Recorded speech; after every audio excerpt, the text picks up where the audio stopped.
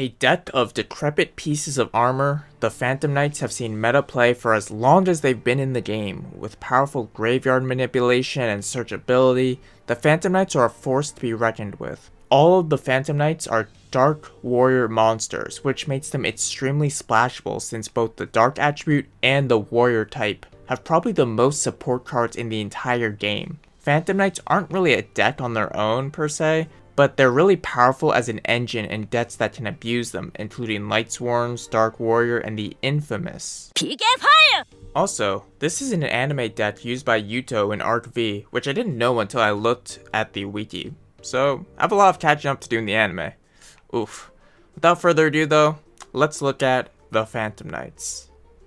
The first monster we'll be looking at is the Phantom Knights of Ancient Cloak. It has 800 attack and 1000 defense, and it has the effect that if this card is in attack position, you can target one dark monster on the field, change this card to defense, and if you do, that monster gains 800 attack and defense until the end of your opponent's turn. You can banish this card from your graveyard, add one the Phantom Knights card from your deck to your hand, except the Phantom Knights of Ancient Cloak. You can only use each effect of the Phantom Knights of Ancient Cloak once per turn. It's important to note here that it doesn't search the entire archetype. The monsters are called the Phantom Knights, and the spells and traps are called the Phantom Knightses. It's a big distinction because that means Cloak can only search the monster lineup. Its first effect is very niche and may come up once in a blue moon, but its real use is that it can fetch any monster from the archetype and maintain advantage even when it goes to the graveyard. Another searcher in the archetype is the Phantom Knights of Silent Boots, which has 200 attack and 1200 defense and has the effect that if you control the Phantom Knights monster, you can special summon this card from your hand. You can only special summon the Phantom Knights of Silent Boots once per turn this way. You can banish this card from your graveyard, add one the Phantom Knights' spell/trap from your deck to your hand. You can only use this effect of the Phantom Knights of Silent Boots once per turn. In my opinion, Boots is significantly better than Cloak, even though they both banish themselves to search a Phantom Knights card. Its ability to special summon itself onto the board comes up way more often than Cloak's stat manipulation, as putting a body on board can lead to its seize or link plays. Also, the spell and trap lineup of the Phantom Knights provide a lot of utility to this archetype, and being able to search it with Boots is extremely powerful. Even today, this card is still being used, but we'll get back to that later. The last notable monster is the Phantom Knights of Ragged Gloves, which has 1000 attack, 500 defense, and it reads that if a Dark Xyz monster that was summoned using this card on the field as its Xyz material, it gains this effect. If it is Xyz summoned, it gains 1000 attack. Wow, 1000. Wow. You can banish this card from your graveyard, send one Phantom Knights card from your deck to the graveyard. You can only use each effect of the Phantom Knights of Ragged Gloves once per turn. A 1000 attack boost is pretty beefy, and sometimes comes into play. Its ability to yard a Phantom Knights card, which means a Phantom Knights monster from the deck to the graveyard, is useful. It means that you are, in a sense, running additional copies of Cloak and Boots, which are the best Phantom Knights monsters by the way, to trigger their search effects. While Gloves never saw as much use as Cloak and Boots, it is still a strong card that bolsters decks that utilize a lot of Phantom Knight cards as an additional way to gain pluses. Onto the spells and traps, and I think we'll start off with the traps first, since there are more of them to talk about. Phantom Knight's Fog Blade is a continuous trap card that reads, activate this card by targeting one effect monster on the field, negate that face-up monster's effects that face-up monster cannot attack. Also, monsters cannot target that face-up monster for attacks. When it leaves the field, destroy this card. You can banish this card from your graveyard, then target one the Phantom Knights monster in your graveyard, special summon it, but banish it when it leaves the field. You can only use this effect of Phantom Knights Fog Blade once per turn. This card honestly does everything. It's insane. Being able to negate your opponent's monster's effects can instantly shut down a lot of plays, especially if that was their starter card. Also, it stops the monster from attacking, which is a nice bonus. The effect that the monster cannot be targeted by attacks can be annoying, especially if you do not have a way to out your own Fog Blade and you end up stalling yourself out, which I've seen happen. It's pretty funny. However, you can also target your own monster with Fog Blade and stall out your opponent, which is a big brain strategy. Its last effect, to recur a Phantom Knights monster in your graveyard by banishing the Fog Blade, is icing on the cake. It means that you can further your Xyz or Link plays, which gives this card a lot of utility.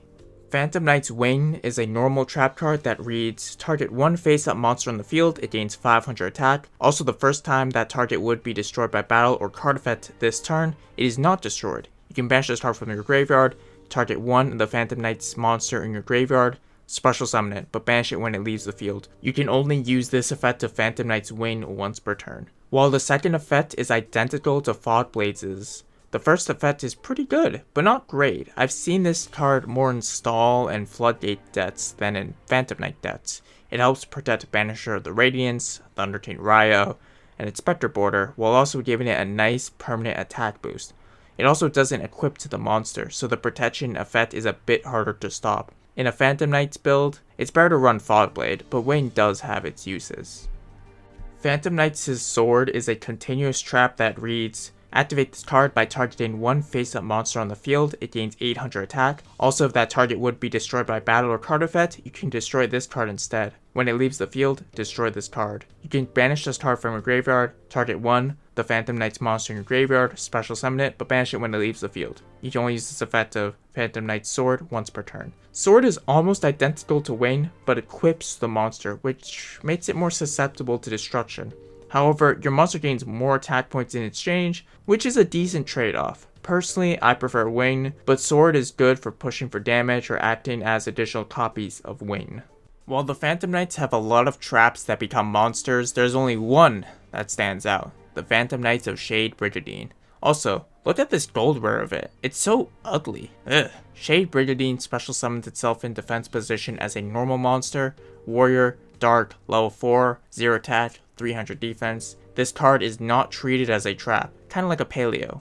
If you have no traps in your graveyard, you can activate this card the turn it was set. You can only activate one of the Phantom Knights of Shade Brigandine per turn. This card is one of the few, if only, trap cards that can activate the turn it was set, which pretty much makes this a pseudo spell card in my opinion.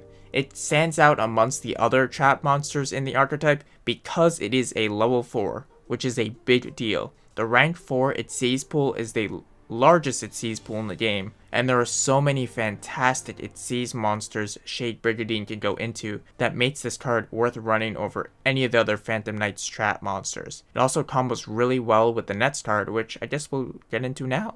The Phantom Knights Rank Up Magic Launch, which has been in discussion recently as a card that should be banned, is a quick effect spell that reads, during the main phase, which by the way is either your main phase or your opponent's main phase, target one Dark It Sees monster you control with no material. Special summon from your extra deck one Dark It Sees monster that is one rank higher than that monster you currently control by using it as the It Sees material, and if you do, attach this card to it as additional material. This is treated as an It Sees summon. Transfer its materials to the summoned monster.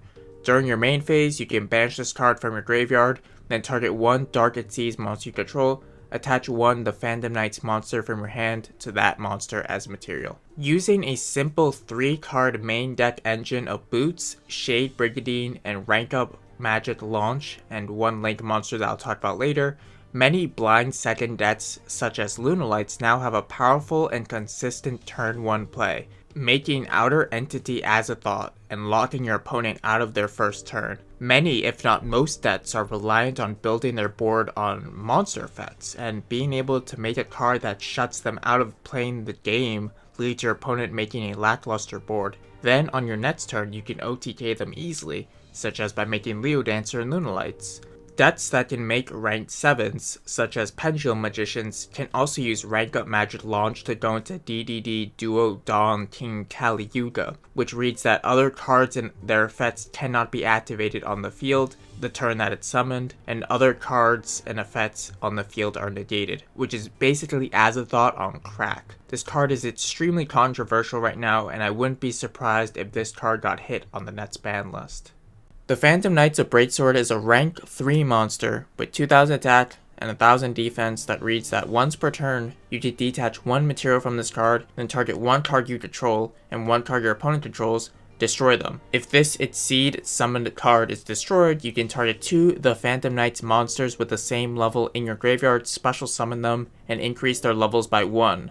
Also, you cannot special summon monsters for the rest of the turn, except dark monsters. Greatsword provides great spot removal for rank 3 deaths, and bolsters its own archetype by special summoning 2 Phantom Knight monsters from the grave on its destruction, which it can trigger with its own effect, which can be used to make a rank 4 monster because those monsters gain 1 level. Greatsword has seen play in many Burning Abyss builds and more recently Dritstar builds, as it can out otherwise problematic monsters for their respective deaths. While its use has died down in recent years, Greatsword is a great addition to any deck that can make rank 3s. So this is a rank 3 spam archetype, right? Well, they have some level 4s, but they aren't good. But you'd expect the next it sees monster to be a rank 4 at least. Well, behold, the masterpiece of mistake, the Phantom Knights of Cursed Javelin. It is a rank 2 monster with 1600 attack and 0 defense that reads, you can detach 1 material from this card, then target 1 face-up monster your opponent controls. Until the end of this turn, change its attack to 0. Also negate its effects. This is a quick effect if this card has the Phantom Knights card as material. You can only use this effect of the Phantom Knights of Cursed Javelin once per turn. Really, this is a Paleozoic fraud card in disguise. It just doesn't want to admit it. While it's great in frog decks for making problematic monsters easy to run over, Phantom Knight decks have never ran it. If it was a rank 3 or a rank 4, I could see this being used in some Phantom Knight builds, as the disruption could provide the archetype some disruption beyond Fogblade, but as it stands, just play this in frauds if you want to use this at all.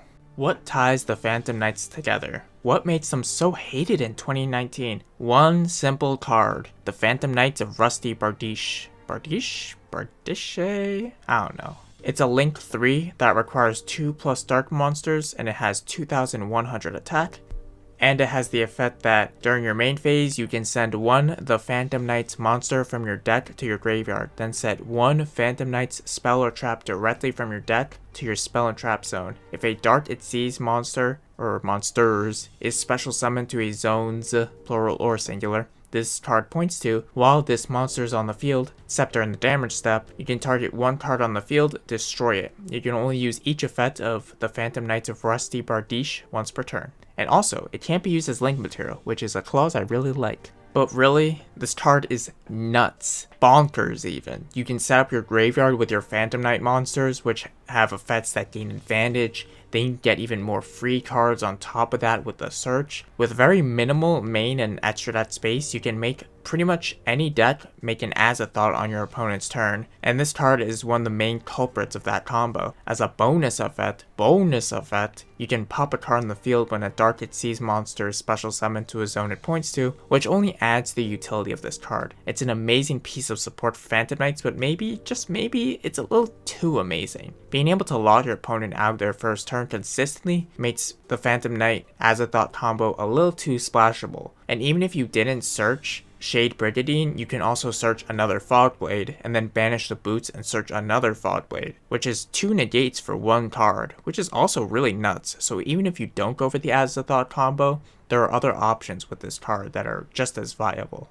So the question is, are the Phantom Knights broken right now? Are they overpowered? And I think the answer is yes. I don't think they were intended to be an engine to make azathot. Rather, I think they were meant to rank up into Dark Rebellion It Sees Dragon, like in the anime. The problem is that Konami made rank up magic launch too generic, and because of it, would eventually create major issues, which is what we're experiencing right now. Personally, I hope they ban rank up magic launch and not Rusty Bardiche, as Rusty does a lot of good things for the archetype, but we'll have to wait and see what Konami does in the future. Another video done. This one was a bit harder than the other ones just because I have a headache today and recording was awful. But hopefully it turned out well. If you made it this far, maybe leave a like, maybe leave a sub. I'd appreciate it. And I'll see you next week for another Meta Masters, probably. See you then.